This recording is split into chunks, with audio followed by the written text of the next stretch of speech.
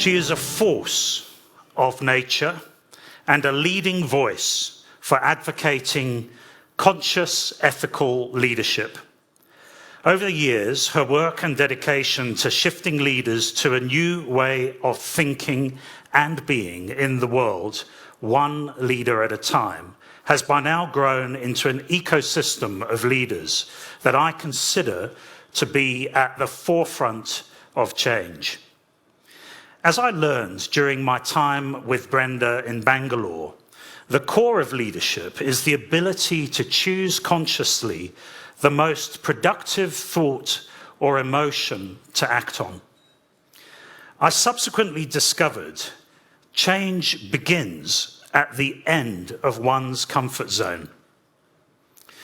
I learned after meeting Gurudev Sri Sri Ravi Shankar at the Art of Living ashram in Bengaluru, if you hold on to comfort, you can never grow. The more you let go of comfort, the more it comes along. In fact, it chases you.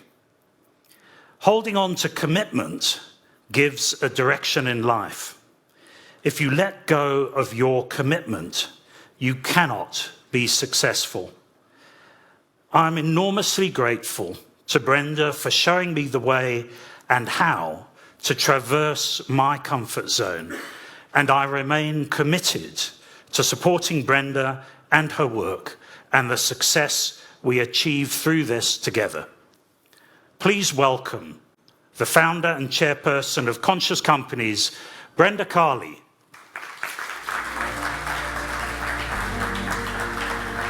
Thank you.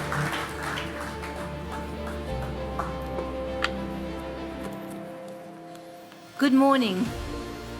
I'm delighted to see both unfamiliar and familiar faces today. Thank you for making the time to be here. You know, every year it gets just a little easier, this journey to awaken leadership to consciousness and to harness their innate nobility.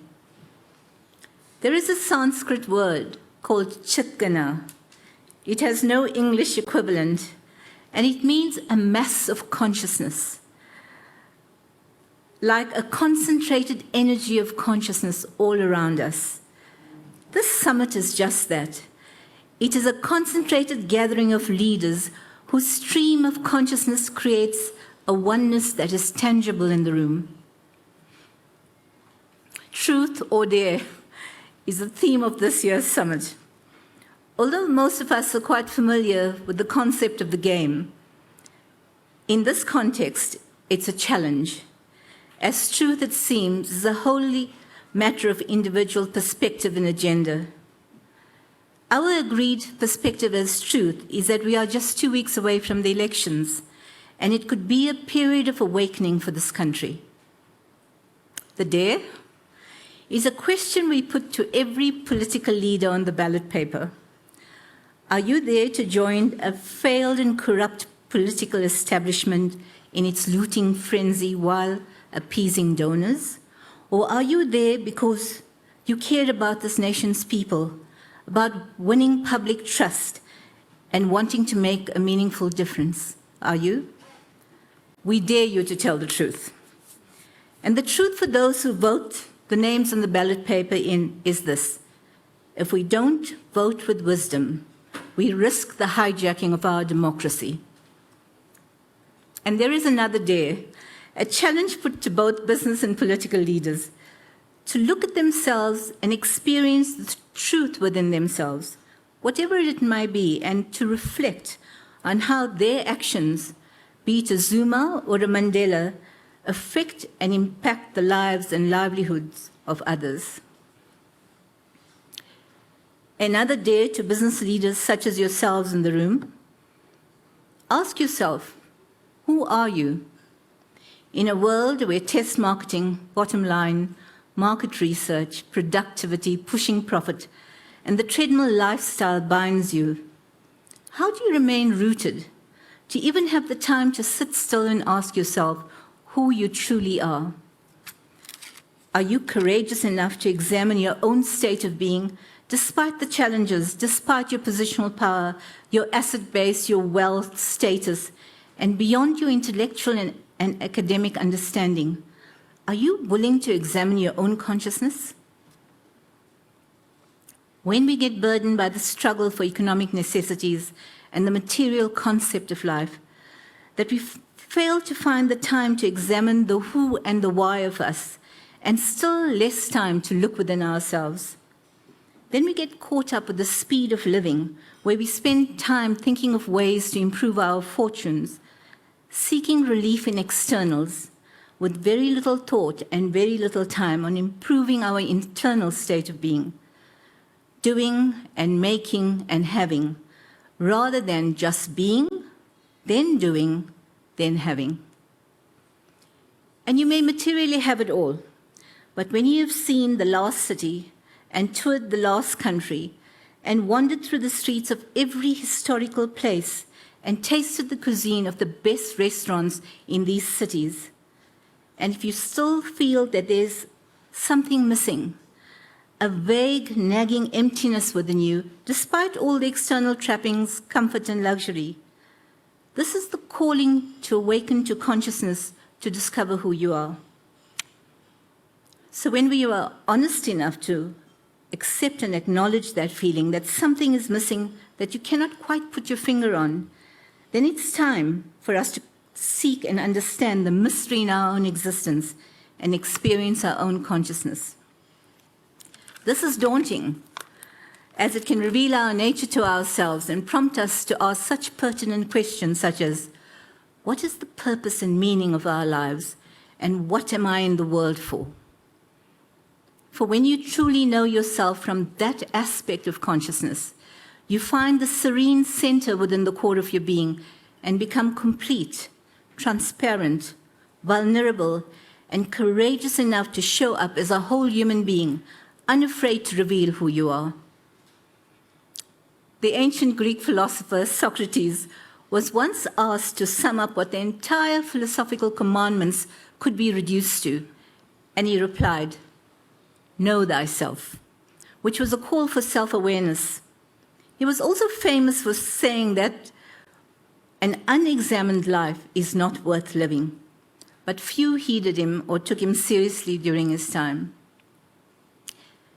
The ancient wisdom and the quest for consciousness has always been alive through the centuries and marks a turning point in the evolution of those seeking it. So what we are trying to do here today is no different. Especially in these times and the dismal state of affairs globally, it is critical to have the narrative of conscious ethical leadership brought into the mainstream, growing this massive consciousness, this chitgana. Imagine if the presidents, pundits, world leaders, and titans of industry who gather at Sun Valley and Davos each year were to embrace the deeper understanding of the transformative behavior of conscious leadership.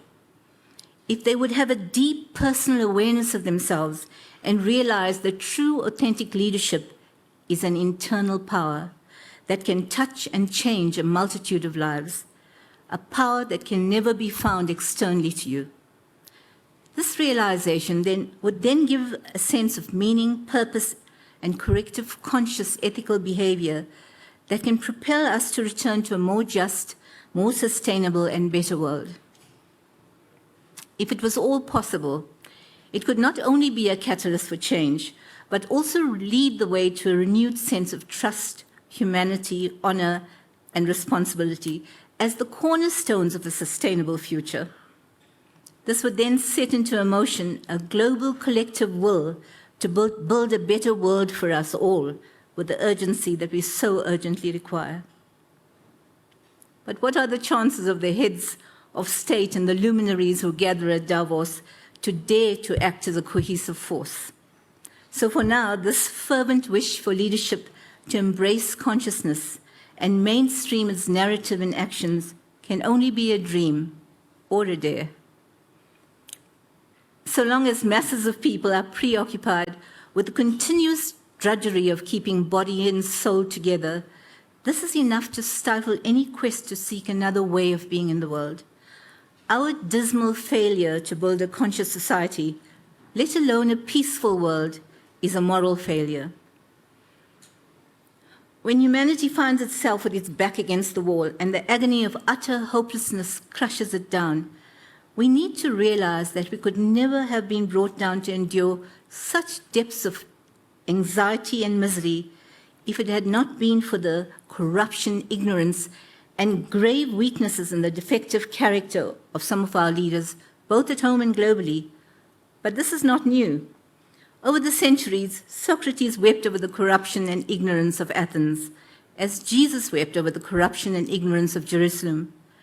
As we weep today as a humanity, not only of the corruption and ignorance, but the hateful rhetoric, warmongering, anti-Semitism, racism, brutality, violence, distorted narratives, and the anguish and despair that exists around the world.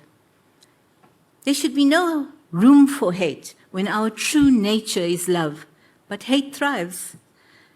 When so many people in so many lands have to suffer catastrophic events, unprecedented chaos, diabolic leaders, and the destructive agonies of nature, what can we do as individuals, as leaders, as human beings to create a better world, a more conscious one?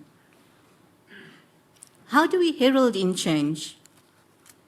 We need to look no further than the mind and the heart of leaders and their state of being. This is where consciousness plays a pivotal role. When we find the time to embark on an internal journey to penetrate the depths of one's own soul and understand what it means, this can then stimulate our thinking enough and awaken something that speaks to the heart and soul of humanity. This awakening to consciousness is who we truly are as human beings, and the understanding and the action of it is a choice in giving, in doing, in feeding the hungry, in healing the hurt, in helping your adversary, in dancing with your enemy, in loving the unloved, in saving a life, in defending the underdog, in educating a child that is not yours, is a choice to act with consciousness. There is nothing more powerful in your choices as your random acts of kindness and compassion when you do it anonymously and you do it enough times, particularly when it's done with no desire for recognition, fame, or praise. Your every act, even the smallest, can impact one life or several. It is the most powerful tool to change the world, to secretly commit little acts of compassion. I know such a leader, and he's present in the room. He'd be thoroughly embarrassed if I'd mentioned his name. Over the years, his anonymous acts of kindness, neither seeking praise for himself or his company, has earned him my unwavering respect and love. If he can do it, what is holding you back from your little acts of compassion and kindness? What is holding you back from acting on behalf of humanity? The answers lie within you and the choices you make, and that is all we need to know for now. So if I had to sum up with just one line of dare, it would be what Socrates had said: know thyself. Thank you all.